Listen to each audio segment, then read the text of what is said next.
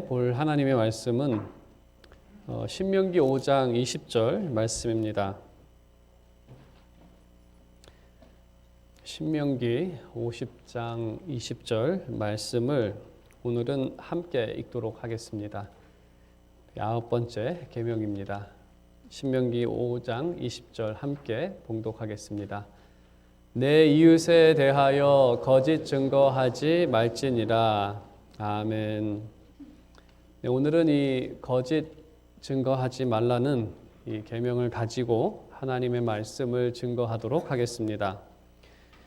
거짓말을 하지 말아야 한다는 것은 우리가 어렸을 때부터 들어왔던 그러한 말이고 또 지켜야 하는 것을 다 알고 있지만 인생을 살면 살수록 사람의 진실만을 말하면서 사는 것이 상황에 따라서 힘들다는 것을 간혹 가다가 느낄 때가 있습니다.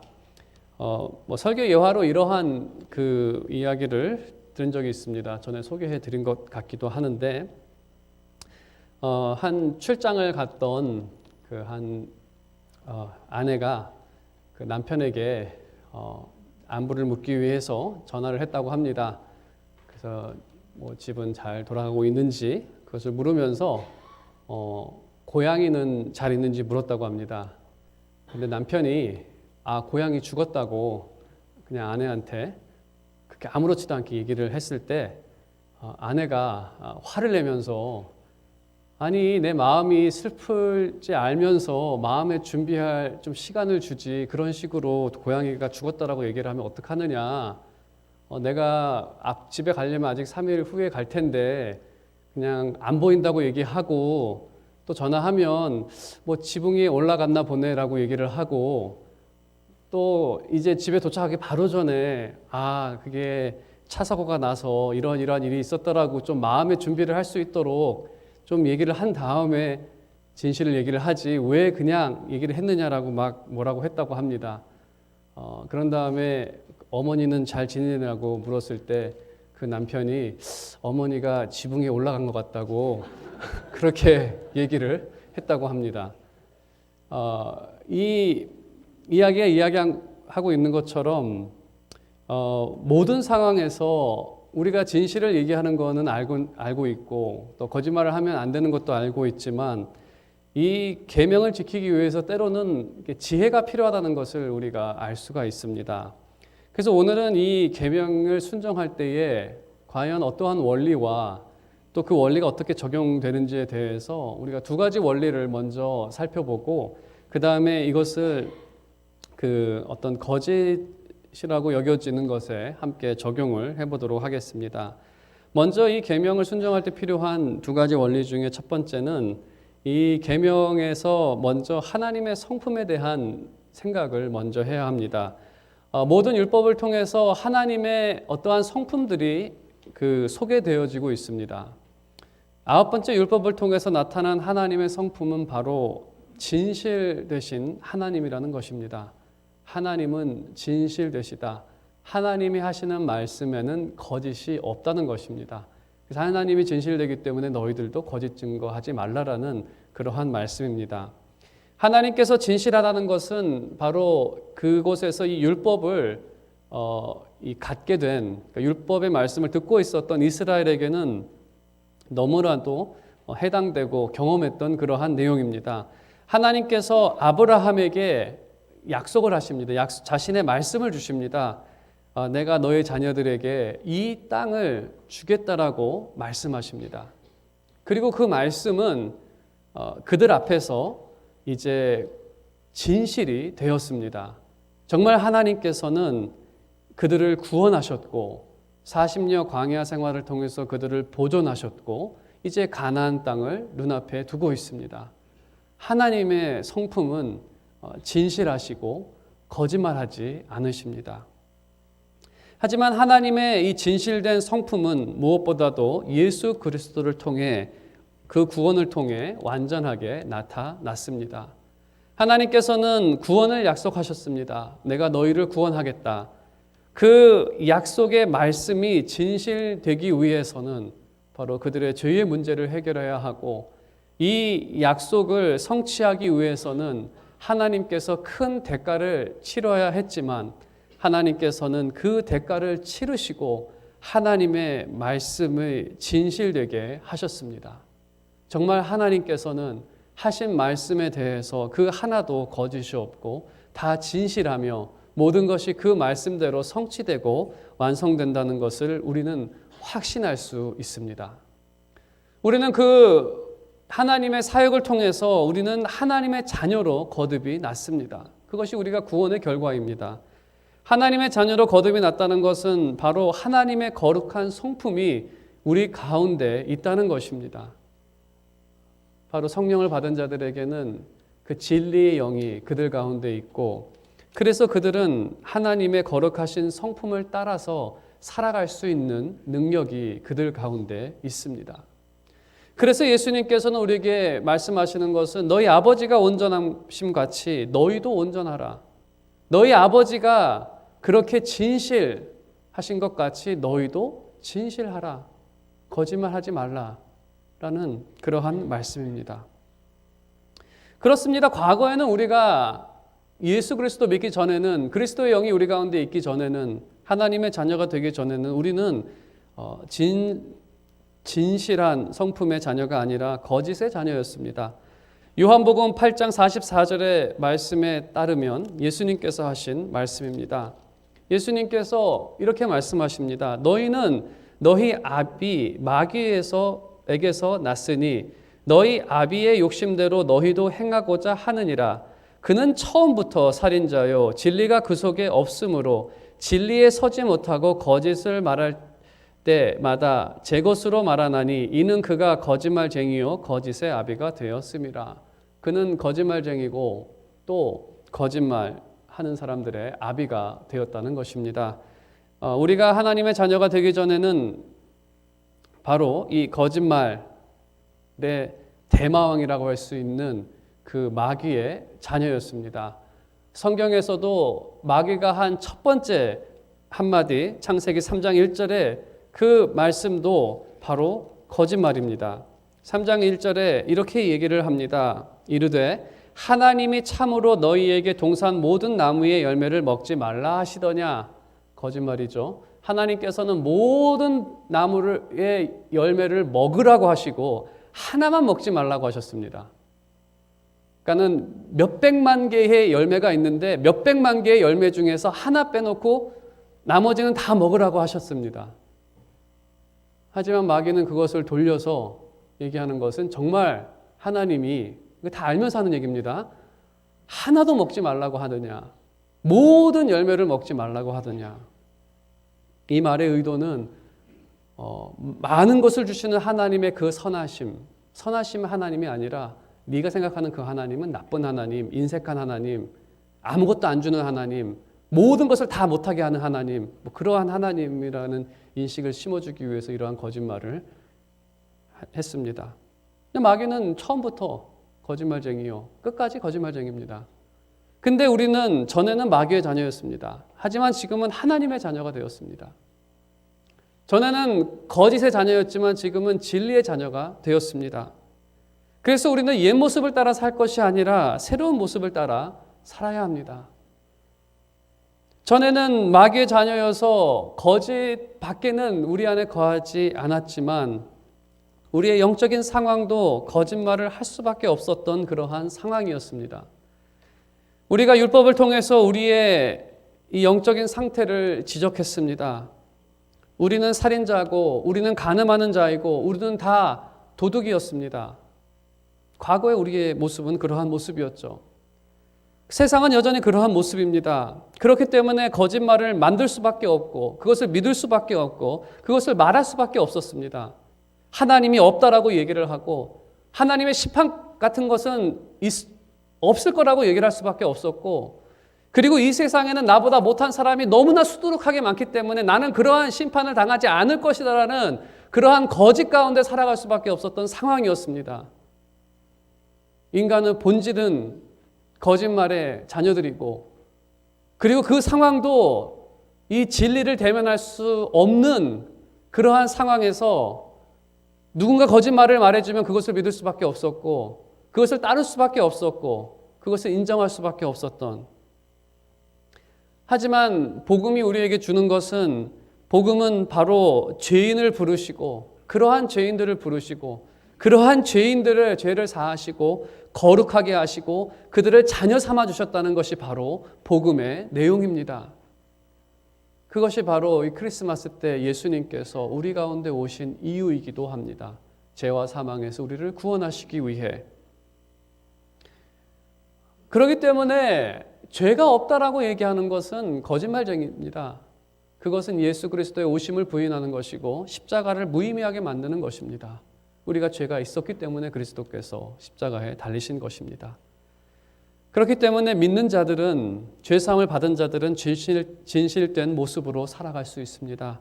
자신의 죄를 고백할 수 있습니다. 왜냐하면 죄사함의 확신이 있기 때문에, 그리고 그들이 주 안에서 그의 삶이 확증되었기 때문에. 그래, 전에 그 마이클 조르단이라는 웬만한 분은 다 아실 것입니다. 농구의 전설이라고 전해지는, 세계에서 농구를 제일 잘했던 사람이라고 한다면 다 마이클 조르단을 얘기를 합니다. 그가 그 나중에 이러한 사실을 얘기를 하는데, 자신이 고등학교 때 농구부 가입할 때 탈락이 됐다라고 합니다. 농구부에서 탈락이 된. 근데 지금 그렇게 말할 수 있는 것은 그것이 상관이 없기 때문에, 지금은 세상 모든 사람들이 다 인정하는 그러한 최고의 농구 선수이기 때문에, 과거에 자기가 고등학교 때 농구부에서 탈락됐다라는 그 얘기를 할 수 있는 거죠. 상관이 없기 때문에. 마찬가지로 그리스도 안에 있는 크리스찬들에게는 정죄함이 없습니다. 거룩한 자녀가 되었습니다. 그래서 적어도 하나님 앞에서 그 부족함을 말할 수 있습니다. 더 이상 상관이 없기 때문에. 당연히 이웃에게 나의 잘못을 얘기하는 것에 대해서는 지혜가 필요하고, 또 그 사람과의 관계 가운데에서는 조금 그 상황은 다르지만 그래도 진실을 얘기할 수 있지만, 하나님 앞에 기도함으로 적어도 하나님 앞에서는 부족함을 이야기할 수 있는 것은 더 이상 상관이 없기 때문에, 나 있는 내 모습 이대로 나아갈 수 있기 때문에. 그래서 믿는 사람은 자유롭게 힘든 진실도 고백하고 말할 수 있습니다. 더 이상 우리는 그 죄의 형벌의 두려움 가운데에서 해방되었기 때문에, 이제는 믿는 사람들은 복음 안에서, 주 안에서 자유롭게 진실을 말하며 살아갈 수 있습니다. 이제는 하나님은 살아계시고, 하나님은 심판자이시며, 나는 죄인이었고, 나는 정말 하나님 앞에 그 구원을 받을 수 없는 사람이었지만 예수 그리스도 안에서 죄사함을 얻었고 새 생명을 얻었다라는 이 진실들을 우리는 이제 말할 수 있는 것입니다. 그 다음에 두 번째는, 이제 진실을 말할 때 지혜가 필요한데, 그 지혜는 우리가 어떻게 얻게 되는가? 진실을 말하는 지혜는 이웃 사랑에서 얻을 수 있습니다. 그것이 두 번째 그 원리입니다. 첫 번째 원리는 믿는 사람이 자유롭게 진실을 얘기할 수 있다는 것. 두 번째, 지혜는 이웃 사랑에서 얻을 수 있다는 것입니다. 제가 조금 상황별로서 어떤 상황에서 지혜가 그 진실을 이야기해야 하는지, 또 때로는 그 진실을 잠시 보류하는 것이 좋은지 한번 상황별로 성경을 토대로 말씀을 드리겠습니다. 첫 번째로 정말 진실만을 말해야 될 상황은 바로 법정입니다. 법정이라는 상황에서는 진실만을 이야기해야 합니다. 그 이유는 재판에서의 판결이 한 인생과 사회에 미치는 영향이 너무나 크기 때문에, 그리고 지금도 증언은 많은 효력이 있지만 당시에는 증언에 대한 의존도가 높았습니다. 만일에 살인사건이 일어나면 그 사건에 대해서 사실 지금처럼 무슨 과학 수사를 한다든지 어떤 증거를 댈 수 있는 것이 상당히 부족했습니다. 그래서 당시에 거의 대부분의 재판은 증언에 의존을 했습니다. 누가 무엇을 하는 것을 봤다라는 그 증언이 이 재판을 좌우하는 그러한 그 핵심이 되었습니다. 그렇게 의존도가 높았기 때문에 하나님께서는 구약의 여러 말씀을 통해서 위증을 방지하는 그러한 몇 가지 규례들을 말씀을 하셨습니다. 그 중에 소개를 해드린다면 첫 번째로는 한 명의 증인만으로는 그 증거를 채택하지 말라는 것입니다. 꼭 2명 이상이 있을 때만 그것이 그 증거로서의 효력이 있습니다. 2명 이상의 증언. 그 다음에 두 번째로 위증한 것이 밝혀지게 되면 증언한 대가를 증인이 대신 할 것이다라는 것이죠. 예를 들어서 누가 살인을 저질렀다라고 위증을 했습니다. 저 사람이 살인을 저질렀습니다. 살인 안 했는데 위증을 했습니다. 근데 그게 만일에 위증이라는 것이 밝혀졌을 때 위증한 사람은 자신이 말한 살인죄를 자신이 쓰게 됩니다. 살인죄에 해당되는 형벌을 받게 됩니다. 그렇기 때문에 사건이 중요하면 중요할수록 그 증언의 신중성이 더 가해질 수밖에 없는 그러한 상황입니다. 그래서 또 한 가지 하나님께서 말씀하신 것은 만일에 살인죄나 몇 가지 형벌에 대해서 그 처벌은 처형을 해야 합니다. 처형을 할 때에 첫 번째 돌을 누가 던지느냐, 그것은 증언한 사람이 첫 번째 돌을 던집니다. 책임이 있다는 겁니다. 이 규례들이 말하고자 하는 것은 법정적인 상황에서는 절대로 거짓말을 하지 말라는 것입니다. 절대로 판사 앞에서는 거짓말을 하지 말라는 것, 그것이 알 수가 있습니다. 그 다음에 이제 거짓말이 허용되는 경우 언제냐? 첫 번째는 이제 예의상. 만일에 우리 성도님 중에 한 분이 스스로 멋있다라고 생각하는 옷을 입고 여러분 앞에서 자기가 어떠냐고 물었을 때 여러분은 진실을 말하겠습니까? 아니면 예의상 잘 어울리네요 라고 말씀드리겠습니까? 이게 이제 거짓말이 허용되는 상황입니다. 그 거짓말 증거하지 9계명을 지킨다고 해서 그때 진실을 얘기를 하면 안 되는 상황이죠. 그럼 왜 그럴까? 그 다음에 이제 또 한 가지는 이제 오락이라고 해서 소설을 쓰거나 영화를 만들 때 만일에 이순신 장군에 대한 영화를 만들 때 이순신 장군의 배역을 맡은 사람은 이순신 장군이 아닌데 거짓으로 이순신 장군인 척을 하는 것입니다. 그렇죠? 그러한 경우에도 우리는 허용을 합니다. 이것은 단순한 오락용이지 누구를 이렇게 해코지하거나 그러한 용은 아니기 때문에. 하지만 때로는 영화나 소설이나 그러한 TV 프로가 좀 가시가 있는 경우가 가끔가다 있습니다. 정치적으로. 그러한 경우에는 좀 논쟁은 있습니다. 하지만 그렇지 않은 경우 순수하게 오락용으로 사용하는 경우에는 그것에 대해서 아홉 번째 계명을 어겼다라고 하지는 않습니다. 반면에 말은 하지 않았는데 거짓말이 되는 경우도 있습니다. 기밀이나 은폐에 대한 부분입니다. 진실을 알고 있는데 본인이 그거에 대해서 말을 하지 않을 때 난 거짓말을 하지 않았다. 하지만 9번째 계명에서는 규례들을 살펴보면 진리를 말해야 할 때 말하지 않는 경우에도 9번째 계명을 범하는 것입니다. 예를 들어서 기밀이라고 한다면 공무원이나 목사님들이나 그 어떤 사실을 알게 되었을 때 그 직책상 그것을 누설할 수는 없습니다. 의사도 그렇고요.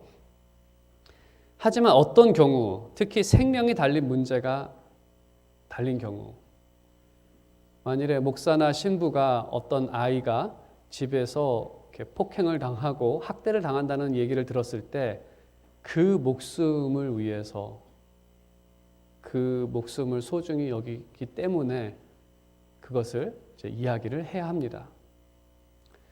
그리고 은폐는 잘못된 것입니다. 개인이나 단체에 불이익이 있을 것 같아서 있는 사실을 감춰주는 것이 은폐입니다. 이것도 금하는 것 중에 하나입니다. 하지만 반대로 은폐에 대해서 또 연관되어서 필연적으로 예를 들어서 2차 대전 때 유대인을 숨겨주고 여기 유대인이 없다라고 말하는 그 거짓말에 대해서 때로는 거짓을 말할 수밖에 없는, 그래서 때로는 은폐하지 않고 진실을 말해야 할 때도 있고 때로는 은폐하고 거짓말을 말해야 될 때도 있습니다. 그럼 그것에 대한 기준이 무엇인가? 그 기준은 바로 이웃사랑입니다. 과연 이것이 나를 사랑하기 위해서 은폐하는 것인지 이웃을 사랑하기 위해서 은폐하는 것인지 내가 이웃을 사랑하기 때문에 그 상대방의 그 옷에 대해서 어울린다라고 얘기하는 또 의사로서 곧 이 환자가 몇 개월 있으면 몇 달 있으면 며칠 있으면 죽게 되는데 당연히 그냥 뭐 며칠 있으면 당신 죽습니다라고 얘기할 수도 있겠지만 당연히 그 사람을 배려하고 예의상 사랑한다면 적어도 다른 말로써 그 환자를 이야기해 줄 수 있는 그래서 그 기준은 사랑이라는 것입니다. 우리가 이 십계명을 생각할 때에 십계명은 하나님 사랑과 이웃 사랑을 구체화시킨 그러한 계명들입니다. 그리고 그 많은 계명들을 요약해서 십계명이라고 합니다. 이 계명은 이웃 사랑을 어떻게 실천할 것인가에 대한 그러한 말씀이지 이것이 어떠한 그 절대적 기준으로서 작용하는 것은 아닙니다. 그렇기 때문에 때로는 지혜가 필요합니다. 이웃에 대한 사랑이 이 계명을 합당하게 지키는 지혜를 제공하기도 합니다. 때로는 우리가 지혜가 부족했을 때 하나님께 기도하게 되면 하나님께서 그 지혜를 우리에게 주십니다. 그래서 우리가 이 두 가지 원리를 살펴보았습니다. 믿는 사람이라고 한다면 이제 자유롭게 진실을 이야기할 수 있습니다. 그리고 이웃을 사랑할 때 우리는 지혜롭게 그 진실을 그들에게 전할 수 있습니다. 그러면 이제 우리가 이 원리를 가지고 성경에서 거짓말로 간주하는 이 소문, 부정적 소문에 대해서 적용해서 말씀을 드리도록 하겠습니다. 신약에서는 이 거짓 증거하지 말라에 대해서 직접적으로 하신 그 말씀은 다른 사람을 정죄하지 말라, 판단하지 말라와 또 한 가지는 바로 이 수군거리지 말라입니다. 고린도후서 12장 20절을 보게 되면 사도 바울은 이렇게 그들에게 말합니다.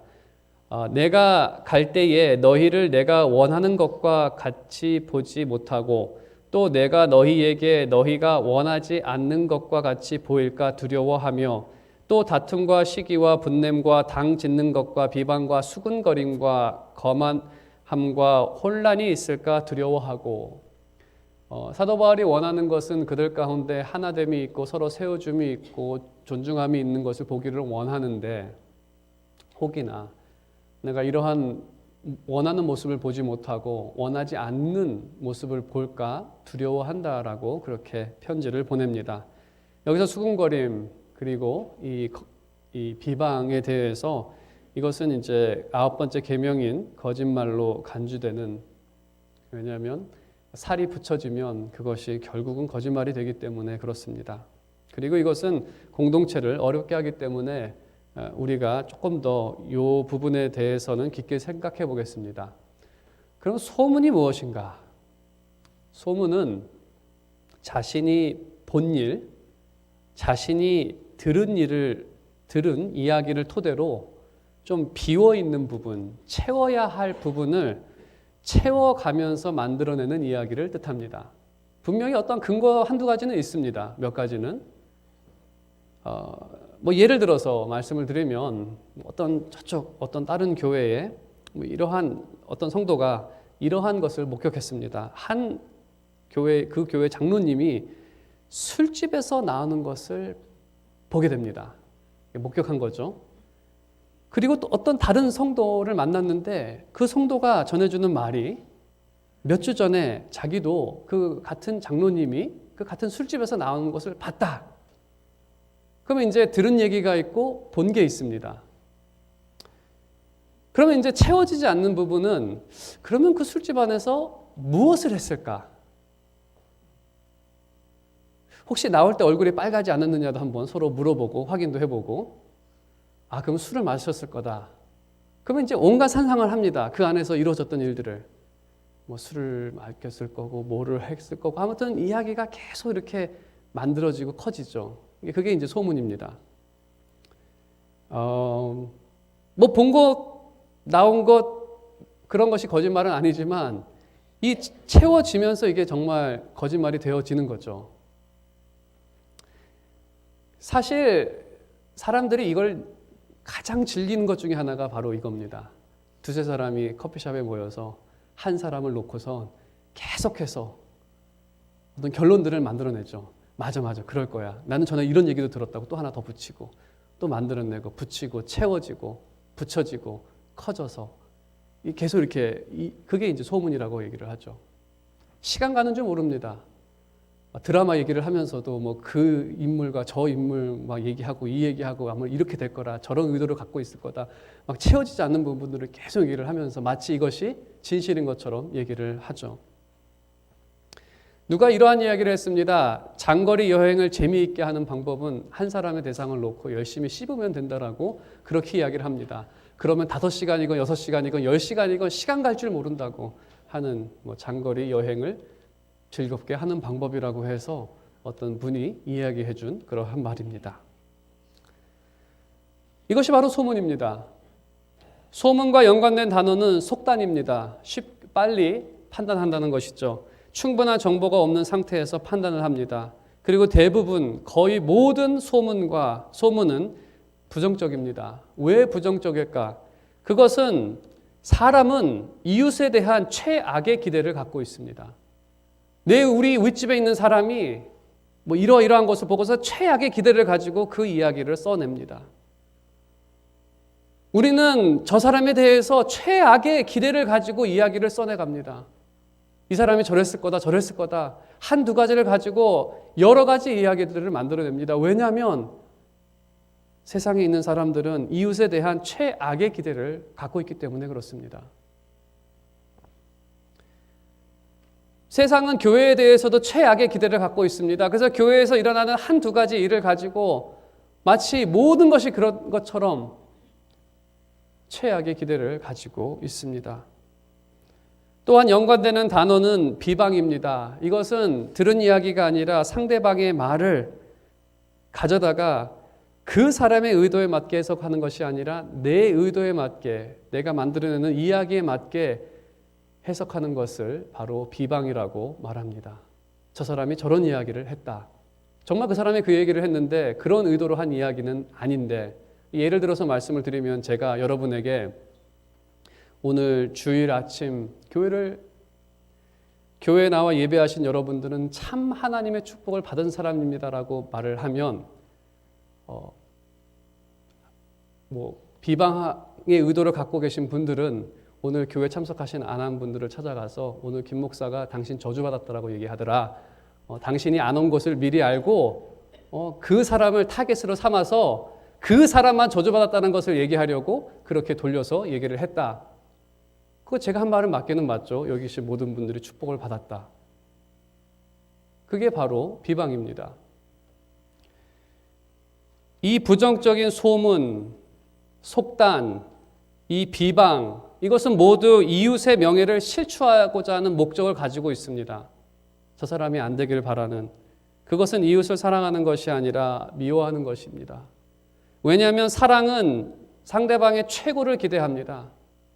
상대방의 최고를 기대합니다. 하지만 미움은 상대방의 최악을 기대합니다. 우리는 우리의 자녀를 사랑하기 때문에 자녀의 최고를 기대합니다. 우리의 자녀가 늦은 밤에 자녀방에 불이 켜 있다. 얘가 공부를 하나 보네. 최대의 기대죠. 그러니까 최악의 기대는 얘가 게임 놀고 있네. 그러면 최악의 기대라고 할 수가 있겠습니다. 하지만 혹이나 아무리 게임을 많이 했던 자녀라도 오늘은 혹시 공부하지 않을까라는 그 기대를 가지고, 그게 최대의 기대가 아닙니까? 예수님께서 여러분을 보실 때 여러분을 사랑하십니다. 여러분을 사랑하실 때 여러분에게 최고의 기대를 가지고 계십니다. 최고의 기대를 가지고 계시기 때문에 여러분에 대해서 하나님 아버지처럼 너희도 온전하라. 그것이 주님의 기대입니다. 너희는 세상의 빛과 소금이라. 그것이 주님의 기대입니다. 사도 바울도 그러한 기대로 이 고린도 후서를 쓰고 있는 것이죠. 고린도 교회가 내가 원하는 것이 있는데 그것은 너희가 주 안에서 하나 되어지고 서로 존중하고 사랑하고 어려운 자를 돌봐주고 하나님께 영광을 돌리고 사랑하는, 저도 교회 사역을 하면서 또 교회에 대해서 성도에 대해서 늘 최고의 기대를 갖고 또 갖고자 노력을 합니다. 그러니까 제가 사역을 합니다.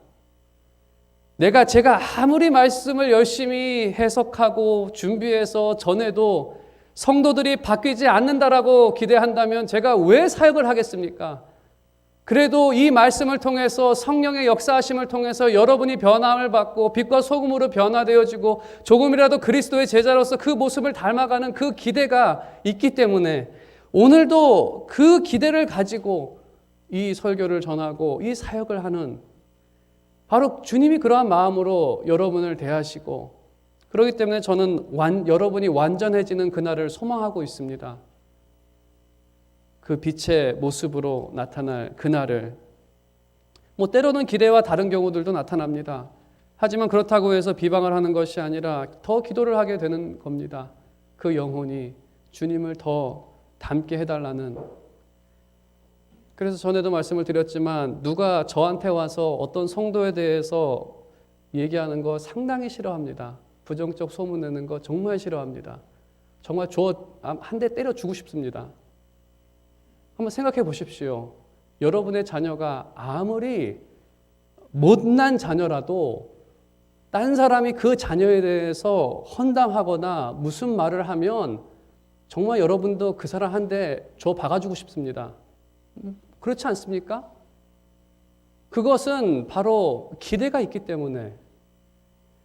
그래서 이 사랑은 9번째 계명에 해당되는 소문, 부정적 소문의 죄를 피하게 하고 그것은 공동체를 세우는 그러한 역할을 합니다. 그래서 지혜는 결국 사랑입니다. 그 다음에 이것과 연관해서 한 가지 더 말씀을 드리면, 우리는 세상은 죄 아래에 있기 때문에 때로는 우리가 비방을 당할 때가 많습니다. 여러분의 직장 가운데에서, 사업체에서, 여러분의 어떠한 만나는 사람 가운데에서 때로는 상대방이 자신의 명예를 실추시키기 위해 여러 가지 비방과, 때로는 내가 한 말이긴 하지만, 내가 한 행동이기는 하지만 거기다가 살을 많이 붙여서 그렇게 비방하는 그러한 일을 당하기도 합니다.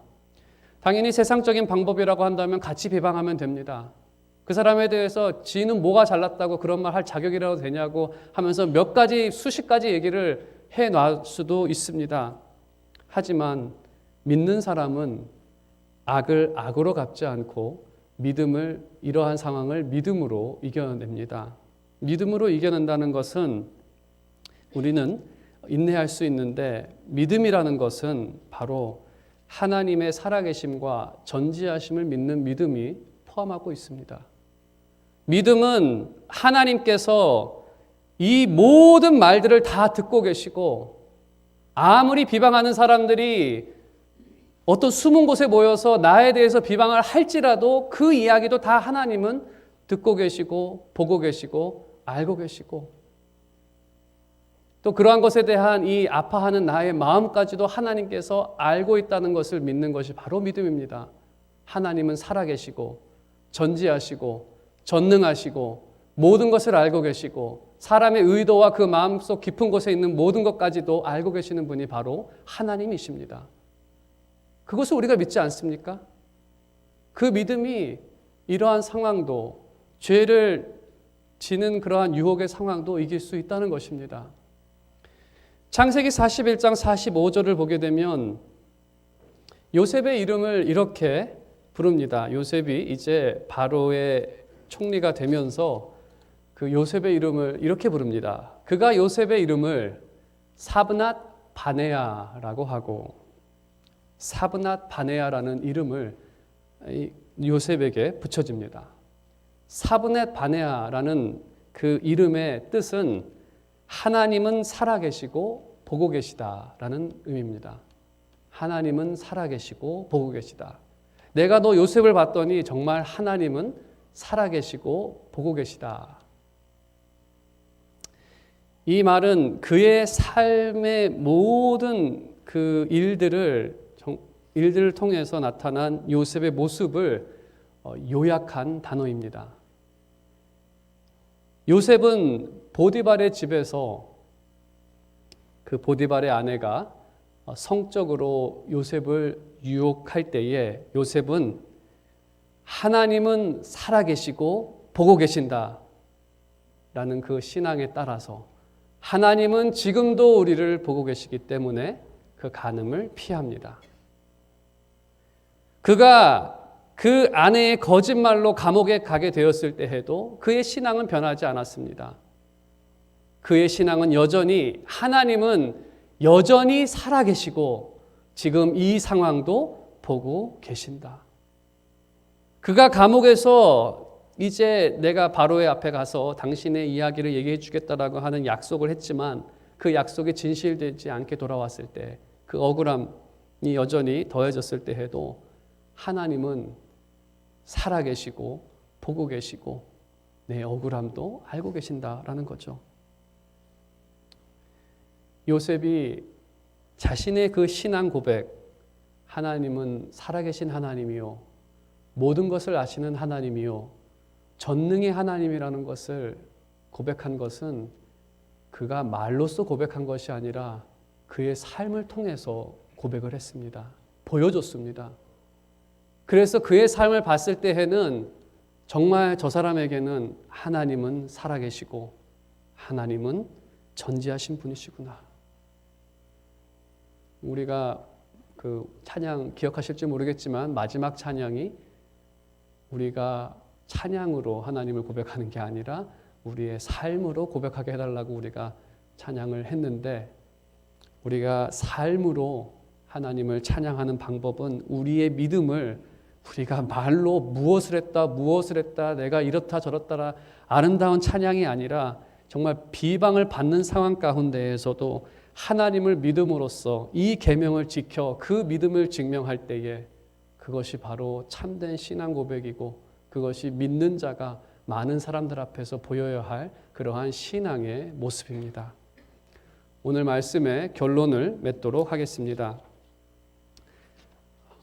두 가지 원리를 살펴봤습니다. 우리 믿는 자들에게는 더 이상 정죄함이 없습니다. 이제 우리의 삶은 하나님 앞에 확증받은 그러한 삶입니다. 이제는 우리가 자유롭게 진리를 말할 수 있습니다. 두 번째로 그 진리를 말할 때에 지혜가 필요한데 사랑은 말에 진리를 더합니다. 사랑은 그 말로써 사람을 살리고 사랑으로 그 말을 통해서 많은 사람들 앞에 하나님께 영광을 돌립니다. 오늘 이 원리를 가지고 소문이라는 그 성경에서 거짓말로 간주하는 수군거림에 대해서 함께 살펴보았습니다. 교회와 성도를 사랑한다는 것은 그들에 대해서 최고의 기대를 갖는다는 것을 말합니다. 때로는 미치지 못할 때도 있지만 그럴 때에 더 기도하는 것, 그것이 바로 사랑의 모습이고 또 그것을 통해서 우리는 우리의 이 계명을 온전히 지킬 수 있습니다. 우리가 비방을 당할 때에 참 이 계명을 어기고자 하는 그러한 유혹이 커집니다. 나도 같이 비방해주고 싶고 저 사람에 대해서 무언가를 한마디라도 내가 지는 것 같은 그러한 상황 가운데에서 이 비방을 당할 때 참된 진리는 진리를 믿음으로써 우리는 승리를 할 수 있습니다. 그렇지 하나님은 살아계시고 전지하시며 전능하신 분이기 때문에 참된 진리는 우리를 죄의 유혹에서 자유케 하는 그런 놀라운 역사를 일으킵니다. 진정으로 제가 바라는 것은 여러분이 믿는 자로서 이제는 믿음으로써 이 세상을 살아가면서 정말 이 세상과 다르고 승리하는 그런 여러분의 삶이 되시기를 주님의 이름으로 축원드립니다.